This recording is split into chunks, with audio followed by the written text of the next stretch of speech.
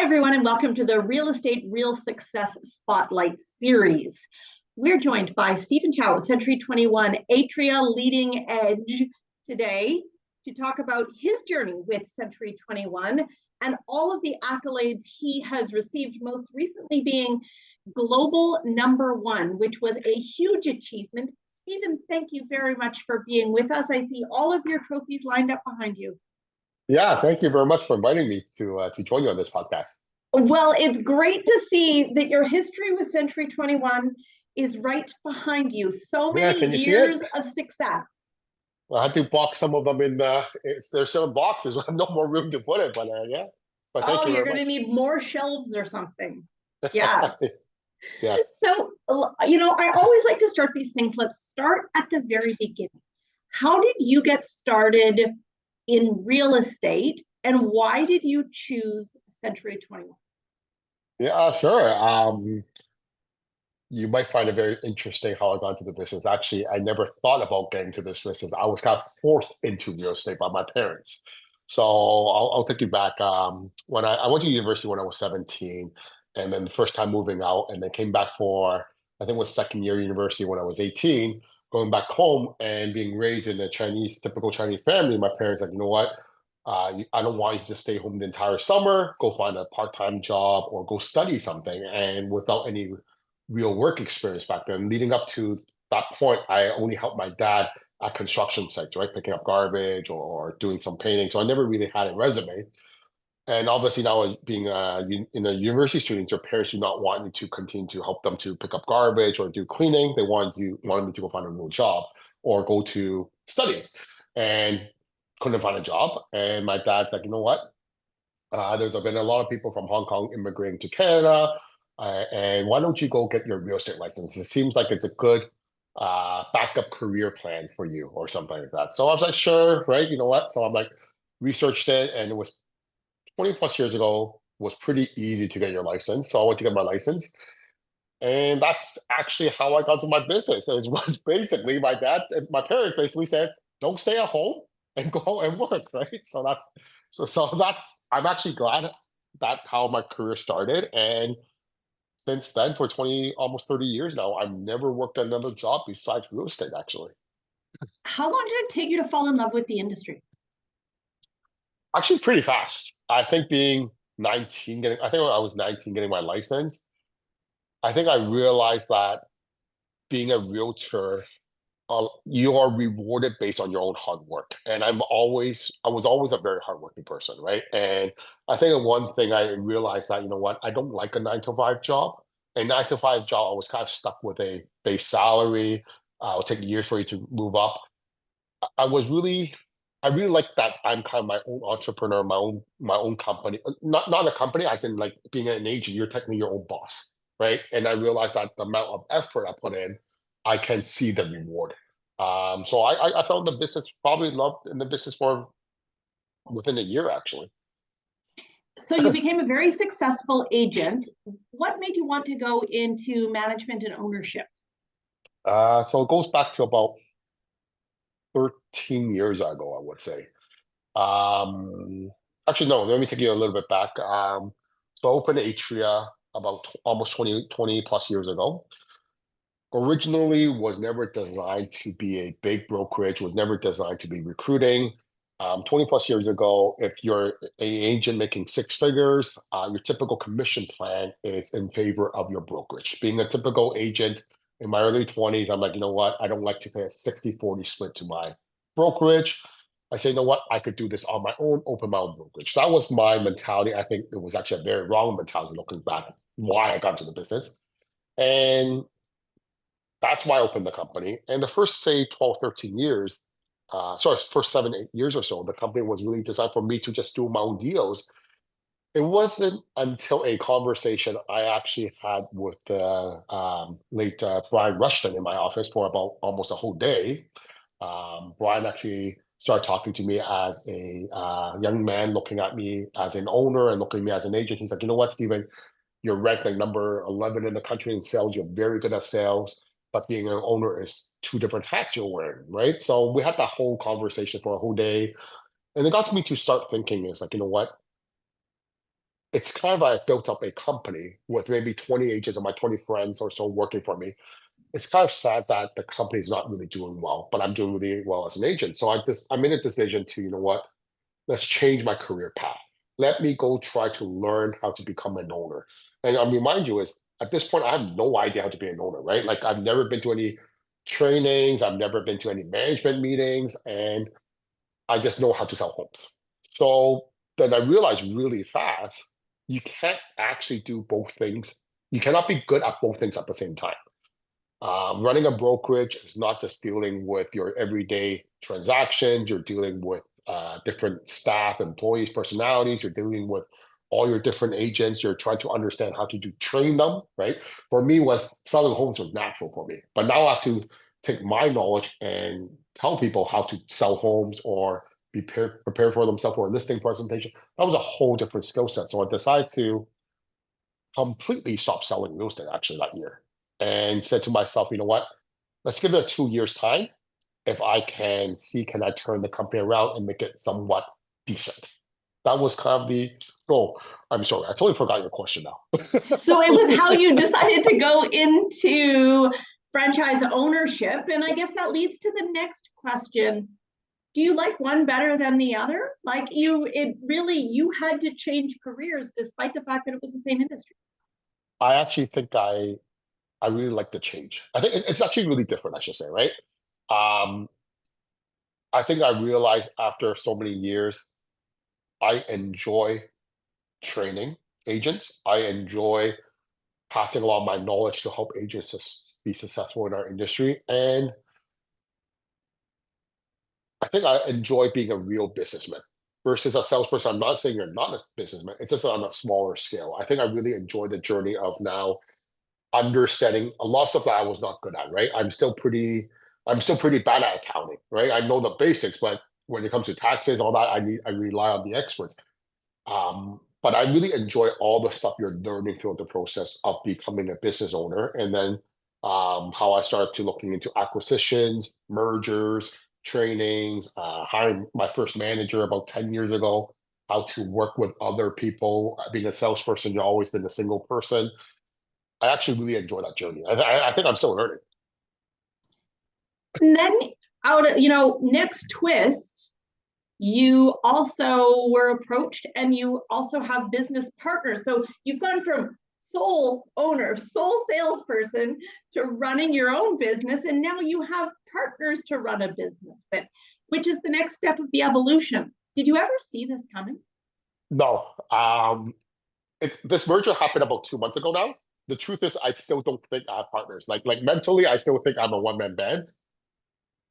But to answer you, I never expected this. I think even if I look back, say 4 or 5 years ago, when this conversation started with Leading Edge Paul and Tassis, I kept on saying no to them, right? And it got to a point that, you know what? Actually, COVID changed me a little bit, right? I think during COVID, um, it was a very stressful time being a business owner, right? At least the first 3, 4 months was very, very stressful. There's a lot of stuff that you don't know how to handle. And being a sole owner, it got really stressful. And then, so what I started looking at is, you know what? It would have been great if I had partners, everybody could figure something out about this whole COVID or how the market changes. That's kind of got me into the conversation, you know what? Let me explore partnership, right? And it kind of took me about 4 years to look into that perspective. And then 4 or 5 years later, now we've had merge about 2 months. And I'm still learning that because I was so used to, I'm the type of guy that, you know what, I check, I explore, analyze something, and I make a decision very quickly based on my own gut feeling. That's pretty much how I am still today.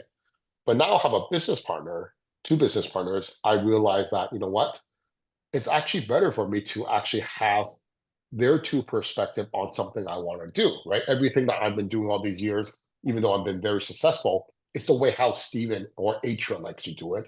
But now for the last 2 months, I'm like, hey, you know what? That's a better perspective of looking at certain stuff. Hey, maybe that is a good way that we're doing it, right? So yeah, it's no, to answer you, never expected this. I've always thought I like to be on my own, but the last 2 months realized that with partners, you could actually accomplish a lot more stuff. right? Back then is you have to do every single thing, like being a small business owner, from as simple as maybe trying to figure out who's going to fix your AC. My AC is actually broken right now. So all the stuff you're trying to figure out, from fixing that to handling a deal, handling a complaint, helping an agent solve a deal, how to look at your financials, handling taxes, employees. But now with partners, I really see the benefits. You know what? We're all better at certain stuff. As business owners, you try to do everything, but obviously there's certain stuff that you are not as good as others handling. So yeah, I'm embracing it, and a lot to learn on that side of it. Yeah, the journey is just beginning on that end. Now, what about, you couldn't have achieved all of your success, which we will get into, without a huge number of agents also rooting you on, and you supporting them as well. How has that part of your business evolved, and how many agents do you now have, and what makes what you do different?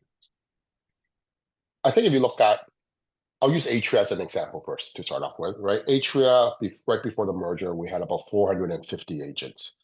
But if you look at the per person productivity, I think brokerage versus our competitors in GTA, the numbers are quite high in producing, right?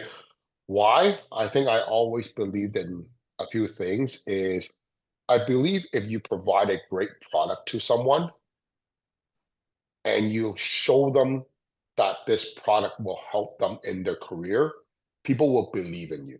And we always had one thing in mind, was we always put the agents first. I think that's always what we looked at. The other thing, I think the biggest difference of my agents were, I think myself and the company was always been forward thinking, right? We're willing to adapt, right? I think especially in our real estate market, right? If you look at the last 4 or 5 years, we had COVID that was a little bit difficult, very difficult to start with. Then the market went skyrocketing, and then obviously now we're in a very, depends where you are in Canada, a very different market.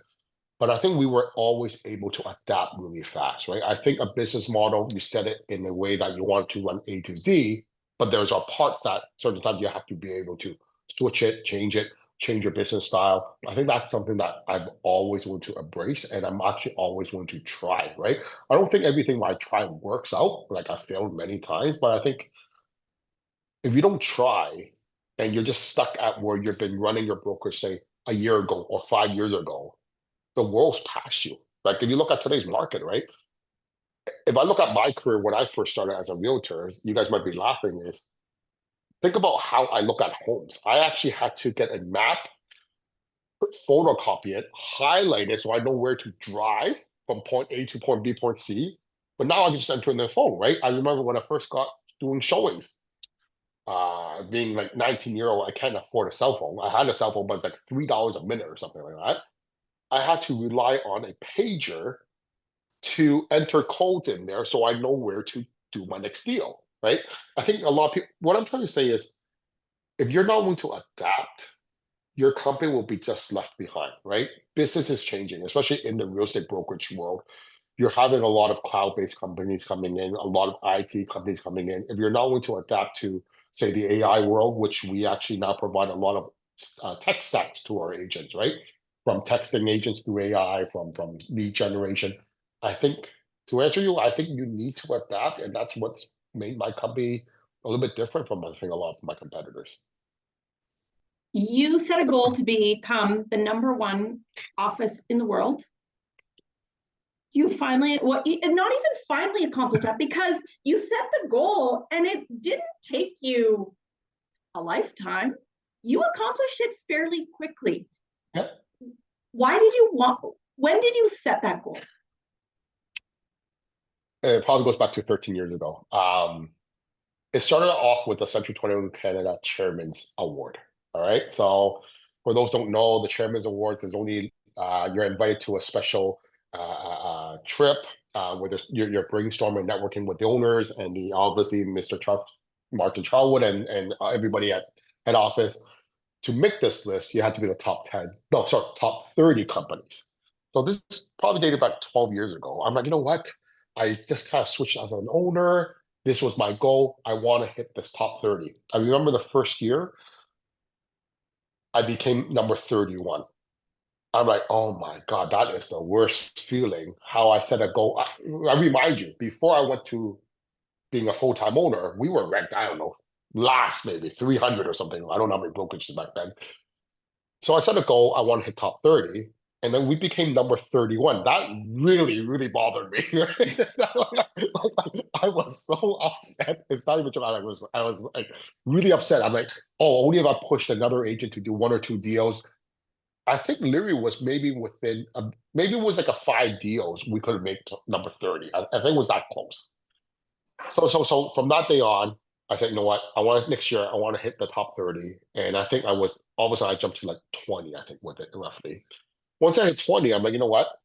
I want to hit top 10, and I think I got to top 10 within 2 or 3 years. Was pretty fast. Then the next goal was top 5, and I think I made that within a year or two. And then now I'm looking at, okay, I'm in the top 5. I think I was number 3. There's 2 people in front of me.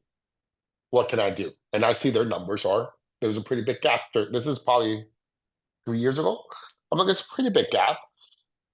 And no, that was my motivation. I think if you talk to any of my management team, senior management team, they know one of the things every day I look at when I go to the office, it's on my screen on my computer. First thing I look at is my goal.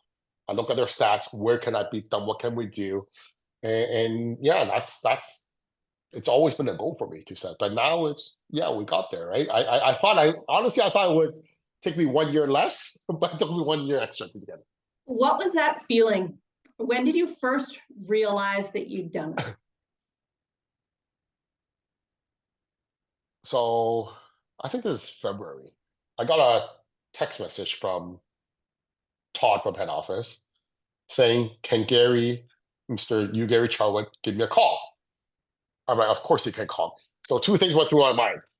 One, I'm in trouble, but I'm pretty good guy. I don't think I get in trouble. Okay, I don't do really anything that's out of whack. So I'm like, no. Number two, I'm like, is this a call what they do when you become number one? So I don't know if you guys saw it. I actually recorded it. I'm like, let's see what's this call about. If it's a bad call, let's delete the video. So so I got really excited, right? So because I think I was looking forward. I'm like, I believe we had a chance.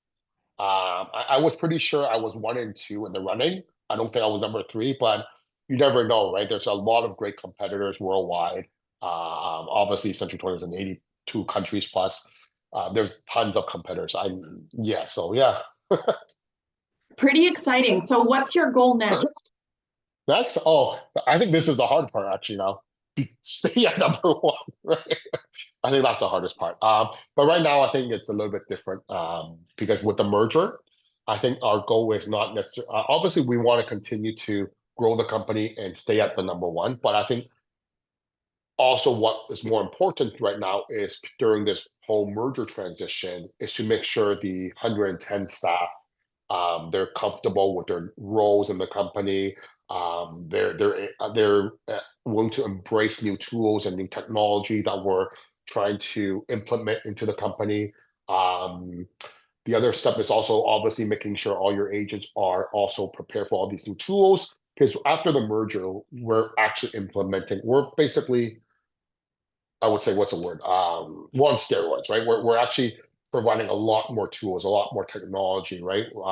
Within the last 2 months, we launched basically 3 departments, right? We launched a lead gen division. We launched a new home division. We also launched a commercial division. I think most brokerages don't have this. So I think that's actually what I'm looking for. The challenges is how we can help all the agents to start embracing this and move them to the next stage while staying at number one. I always have to ask this. Why do you choose Century 21? I'll give you the funny answer first, I guess. You know how we always say agents do not return calls? I could tell you that that's every other brokerage franchise out there. The only one that returned my call was Century 21. Really? I'm dead serious. That's the only person. I forgot the gentleman's name back then. He was the one that was selling franchise. He's the only one that called me within 24 hours. He came to near where I live in Markham, met up with me at a Tim Hortons, I think it was, or some coffee shop. And he's the only person still since that ever called me. All right. So that obviously made my life a little bit easier, right, to decide. But the truth is, I realized that Century 21 really willing to invest back into the brokerages, right? From what we're seeing the last 20 years is the technology. We're seeing Century 21's always been the leaders in that aspect. They're putting back the money into the company, helping owners to grow. But we're a lot of times people say there's a culture, right? Or we're a family. But I think that's really true of Century 21. Like if you look back 20 years ago, I would never expect the CEOs or founders of Century 21 actually knows my name, right? But they actually will call me and see how I'm doing, right? Like going back to like Brian, he will call me randomly and say, Stephen, how's it doing, young man? You're still learning all this. That actually, and the owners, I think is, I think sometimes we always look at other brokerages or your competitors. What I've learned in the last 20 years, the Century 21 owners are actually not your competitors. We're actually always trying to help each other do better, right? I think that's actually something that I really enjoy, and that's why I'm always renewing my contract with you guys, right? Which we're grateful for. Thank you. How do I should get a discount. what do you tell your agents about why they should choose Century 21? I think number one thing is if you want to, I think that let's just say the name itself. I think if you say the word Century 21, people know you're in real estate, right? Doesn't matter you're coming from the Middle East or Asia or Europe, they will know who Century 21 is, right? So I think that gives you an advantage immediately when you're just trying to do an elevator pitch, right? Um, the other thing is what we're also seeing is I always tell them is you could go spend all your money on all the different technologies, all the tech stacks you want on your own. But at the end of the day, you're an agent. Your main job is to prospect and sell homes.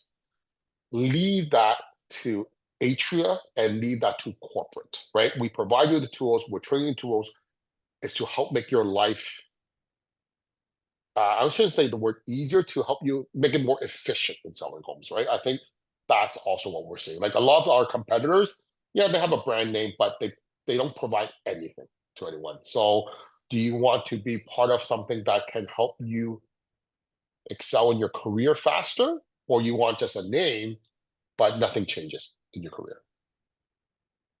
Yeah, great.